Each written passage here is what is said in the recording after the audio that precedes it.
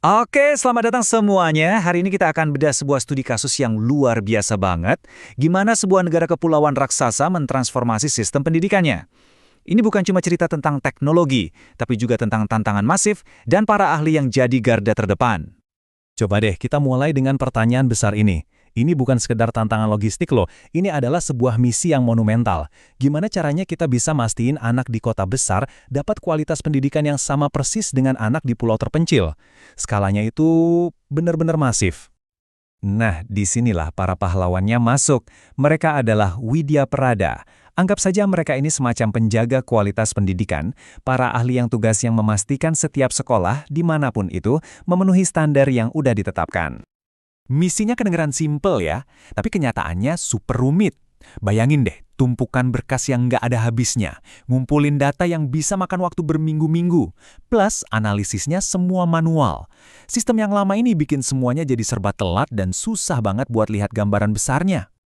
Tapi, sekarang ceritanya beda. Para Widya Prada ini sekarang dibekali perangkat digital yang canggih.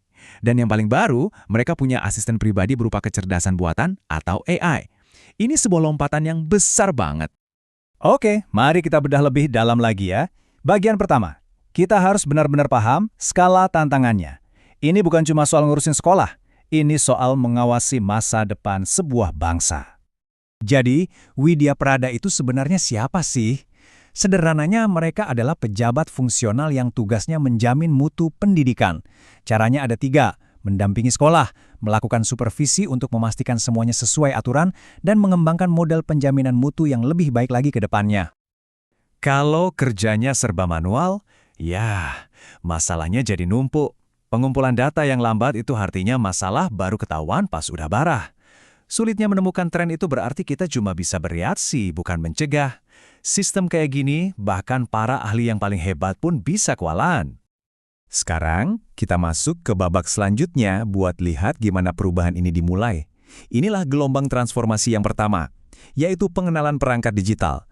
Tujuannya satu, membangun fondasi data yang kuat buat setiap keputusan yang diambil. Inti dari semua ini adalah pergeseran ke pendidikan berbasis data.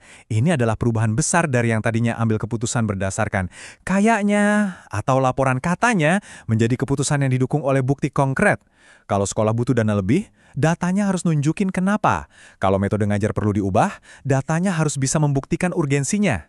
Ada 3 pilar utama dalam fondasi digital ini. Pertama, Dapodik. Anggap aja ini jantung datanya, yang bikin semua informasi siswa dan guru jadi satu sumber kebenaran. Kedua, rapor pendidikan. Ini semacam dashboard transparan yang nunjukin kinerja tiap sekolah, kayak rapor kita dulu. Dan ketiga, Arkas. Aplikasi yang memastikan setiap rupiah dana dari pemerintah bisa dilacak sampai ke kelas. Ketiganya ini menciptakan ekosistem transparansi dan akuntabilitas. Nah, pondasinya udah kuat nih. Sekarang saatnya untuk upgrade besar-besaran. Bagian ketiga, masuknya si Copilot AI. Perhatiin ya kata kuncinya, Copilot, bukan pilot. Jadi AI ini datang untuk memberdayakan keahlian manusia, bukan buat menggantikannya. Coba deh, bayangin perbedaannya di kerjaan sehari-hari. Analisis data yang dulu bisa makan waktu berminggu-minggu, sekarang bisa ngasih wawasan dalam sekejap mata. Bikin draft laporan yang tadinya butuh berjam-jam, sekarang hitungan detik aja udah jadi. Ini benar-benar revolusi efisiensi. Dan kutipan ini nangkep esensinya dengan sempurna. AI itu ngambil alih tugas-tugas yang repetitif dan administratif. Hasilnya, para ahli, yaitu Widya Prada, bisa fokus ke hal-hal yang mesin nggak bisa lakuin, mikir kritis, berempati, dan merancang solusi yang benar-benar fokus ke manusia. Oke, sekarang kita masuk ke bagian praktisnya nih. Bagian keempat, gimana sih caranya kita ngobrol sama AI? Ini bukan sihir ya, tapi ini adalah sebuah keahlian baru yang namanya prompt engineering. Jadi, biar hasilnya maksimal, cara kita ngasih perintah ke AI itu penting banget.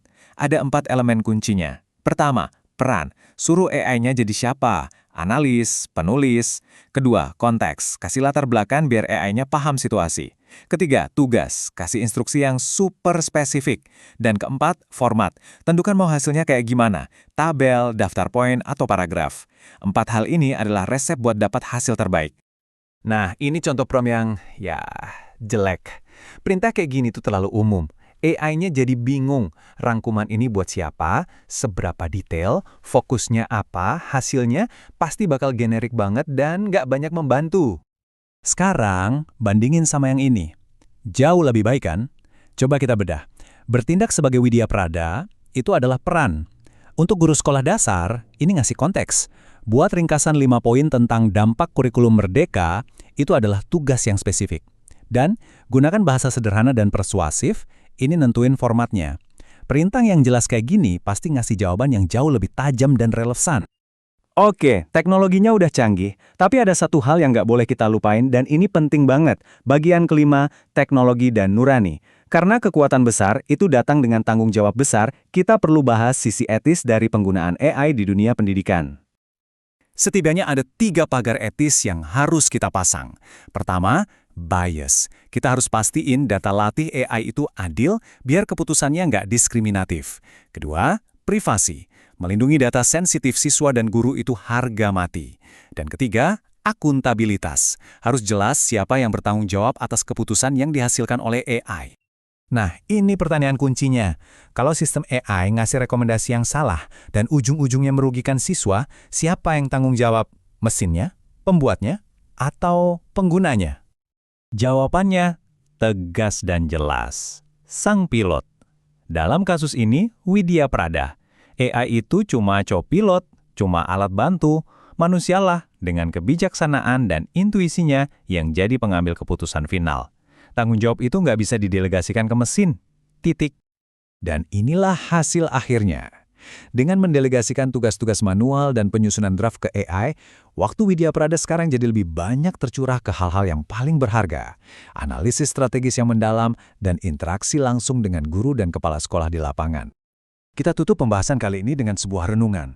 Apa yang terjadi di Indonesia ini adalah salah satu eksperimen tata kelola terbesar di dunia yang menggabungkan keahlian manusia dengan kekuatan teknologi.